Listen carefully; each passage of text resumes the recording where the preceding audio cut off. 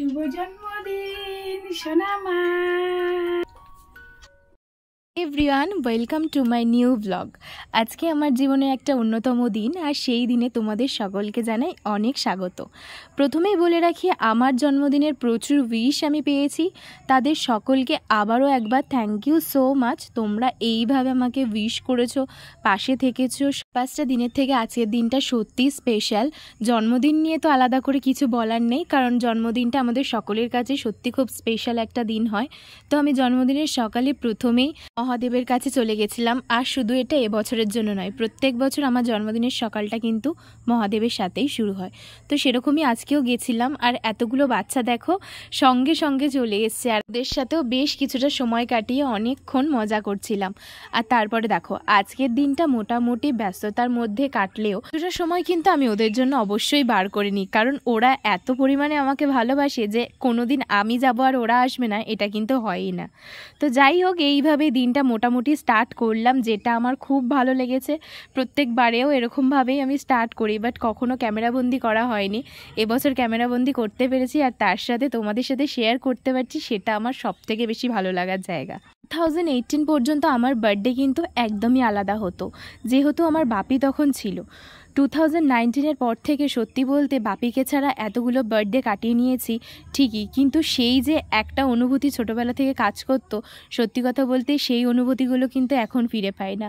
আজকের দিনে বলতে গেলে অনেক কথাই উঠে আসে, কিন্তু সব কথা বলে উঠতে পারবো না। আমার দিনের শুরুতে কিন্তু মায়ের হাতের এইভাবে আদর খেয়ে আর খাবার খেয়েই কিন্তু দিনটা আমি শুরু করি। কি বানাচ্ছ? তোমার জন্য লুচি বানাচ্ছি। এখানে আছে লুচি, আলুর দম আর মিষ্টি। মায়ের হাতের গরম গরম লুচি, আর তার সাথে রয়েছে এই ঝাল ঝাল আলুর দম। তো খেয়ে দেখি কিরকম টেস্ট।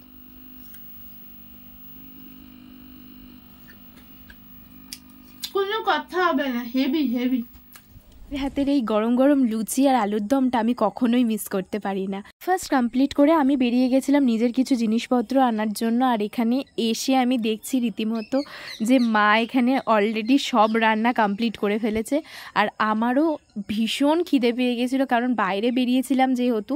তাছাড়া বাড়িতে কোনো কিছু স্পেশাল হচ্ছে, আর সেটা আমার জন্য, তো তার জন্য আমি একটু তো এক্সাইটেড থাকবই। আর নিজের বার্থডে হলে যে কে এত বেশি এক্সাইটেড থাকে আমি জানি না, কিন্তু আমি প্রচুর পরিমাণে এক্সাইটেড থাকি। মানে আমি রীতিমতো এটা ভাবতে থাকি যে বার্থডেটা তো আমারই, বাকি সবাই এক্সাইটমেন্ট দেখাবে, আমি কেন এত এক্সাইটমেন্ট দেখাবো। কিন্তু ওই যে কথায় আছে, নিজের জিনিস নিয়ে নিজেই বেশি নাচানাচি করে ফেলি। তো যাই হোক, সেটা নিয়ে কারোর সমস্যা নেই, আমার নিজেরও সমস্যা নেই, আমার নিজের বেশ ভালোই লাগে। তো চলো, এখানে অলরেডি মা সমস্ত খাবার সার্ভ করে দিয়েছে, আর তোমাদের সাথে প্রত্যেকটা খাবারে আমি শেয়ার করব।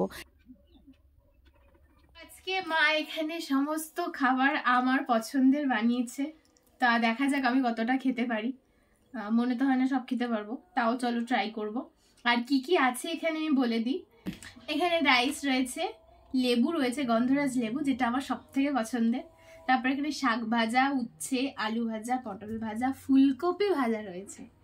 আর এখানে রয়েছে কাতলা মাছের কালিয়া, চিংড়ি মাছের মালাইকারি, ছোট চিংড়ি, আর রয়েছে চাটনি, পাঁপড়, এখানে দেখো দই, মিষ্টি, আর কালকে আমার জন্য যে কেকটা কাটা হয়েছে সেই কেকটাও আছে।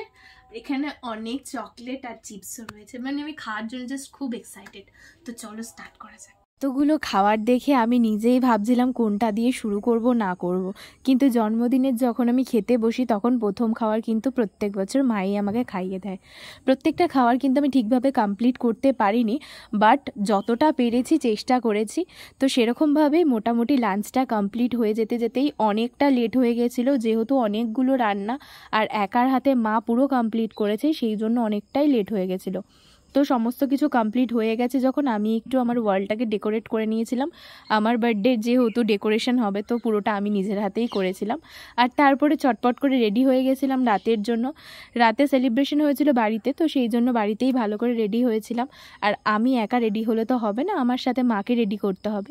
কিন্তু মা বেসিক্যালি এত সাজতে পছন্দ করে না, কিন্তু আমি মাকে সাজাতে কিন্তু ভীষণই পছন্দ করি। তো সেই জন্য আমি একা শুধু সাজি না, সবসময় মাকে পছন্দ করি। আর তোমরা এখানে দেখতেই পাচ্ছ মা প্রচণ্ড পরিমাণে এটা না করবে না, ওটা করবে না, এইসবই বলছে, কিন্তু আমি মাকে ছাড়িনি। আমি নিজের মতো করেই মাকে সাজিয়েছি, আর মায়ের লুকটা কিন্তু দারুণ লাগছিল। তো সমস্ত কিছু সাজা গোজা কমপ্লিট হয়ে গেছে। এবার আমি আমার রুমটাকেও ডেকোরেট করে নিয়েছি। তো চলো তোমাদের সাথে শেয়ার করি আমার রুমটাকে কীরকমভাবে আমি সাজিয়েছি। আমার কিন্তু দেখতে বেশ ভালো লাগছিল, আর সঙ্গেই লাইটগুলো লাগানোর প্ল্যান কিন্তু মায়েরই ছিল। এই টুনি লাইটগুলো লাগানোর ফলে আরও ওয়ালটা সুন্দর লাগছিল। তো সব মিলিয়ে ডেকোরেশনটা কিন্তু আমার বেশ পছন্দ হয়েছে। আর আমার এক্সাইটমেন্টটা দেখো, কেক এসে গেছে, সঙ্গে সঙ্গে আমি আনবক্সিং করতে চলে এসেছি। কেক ডেকোরেশনের সমস্ত প্ল্যানিং আমারই ছিল। এখানে সব মিলিয়ে একটা কথা বলতেই পারা যায় যে প্রত্যেকটা জিনিসের মধ্যে আমার সমস্ত কিছু পছন্দের, আমার মতামত নিয়ে প্রত্যেকটা জিনিস কিন্তু তৈরি হয়েছে। এই কেকের যে ডিজাইনটা সেটাও আমিই চুজ করেছি। লাইটিং থেকে, ডেকোরেশন থেকে, খাবারের মেনু থেকে সমস্ত কিছু আমি নিজের হাতেই কিন্তু প্রেজেন্ট করতে চেয়েছি। তো আর পুরো জিনিসটা আমার মনের মতনই হয়েছে। তো ফাইনালি চলে এলো সেই টাইম যখন আমার কেক কাটিংয়ের টাইম চলে এসছে, আর বাড়ির সকলেই উপস্থিত হয়ে গেছে। বেসিক্যালি আমরা বাড়ির লোকেরাই এই সেলিব্রেশনটা করি, আর বন্ধুদের সাথে সেলিব্রেশনও হবে খুব তাড়াতাড়ি, কিন্তু সেটার ব্লগও তোমাদের দেখতে হবে অবশ্যই। তো চলো এবারে কেকটাকে কাটিং করে নিই। এটা এত সুন্দর দেখতে হয়েছে, আমি প্রথম দিকে ভাবছিলাম এটাকে কিভাবে কাট করব, বাট ফাইনালি মা বলল যে ব্যাক সাইড দিয়ে কাটলে আশা করি তুই কাটতে পারবি। তো সেরকমভাবেই কাটিংটা করলাম, আর তার সাথে এই যে সুন্দর পিসটা তুলেছি সেটা কিন্তু জাস্ট আমি তুলতেই পারছিলাম না, তার কারণ এত সফট হয়েছে। এটা ডিজাইনটা যত সুন্দর হয়েছে, এটা খেতেও কিন্তু ততটাই সুন্দর হয়েছে। আর আমার রিয়াকশান দেখো যে আমি কতক্ষণে খাওয়াবো আর আমি নিজে খাবো, এরকম একটা ব্যাপার। তো যাই হোক, এইভাবেই সবার সাথে এনজয় করতে করতে কেক কাটিং কমপ্লিট হয়ে গেছে। দিদি এখানে অনেকটাই লেটে এসেছিলো, আজকে সবার থেকে লেট কিন্তু দিদিই করেছে। তো সেই জন্য আমার কাছে একটু বকাও খেয়েছে, তবুও দেখো আমরা কত হাসি মুখে এনজয় করছি। যেহেতু আমার দিন, আমাকে স্পেশাল ফিল করানো ভীষণভাবে চেষ্টা করেছে সবাই মিলে, আর সত্যি বলতে এই দিনটাতে আমি সত্যি খুব স্পেশাল ফিল করিও। তো যাই হোক, সব কিছু একদম কমপ্লিট হয়ে গেছে। সারা দিনটা আমার ভীষণ ভালোভাবে কেটেছে, আর সমস্ত কিছু আমি যা যা চাই সব কিছু করতে পেরেছি। সো আবারও তোমাদেরকে জানাই থ্যাংক ইউ সো মাচ। তোমরা এইভাবে আমাকে ভালোবাসা দিয়েছো, সেই জন্য এইভাবেই পাশে থেকো, ভালোবেসো, আর অবশ্যই আশীর্বাদ করো যাতে পরবর্তী দিনগুলো এমনভাবেই কাটাতে পারি।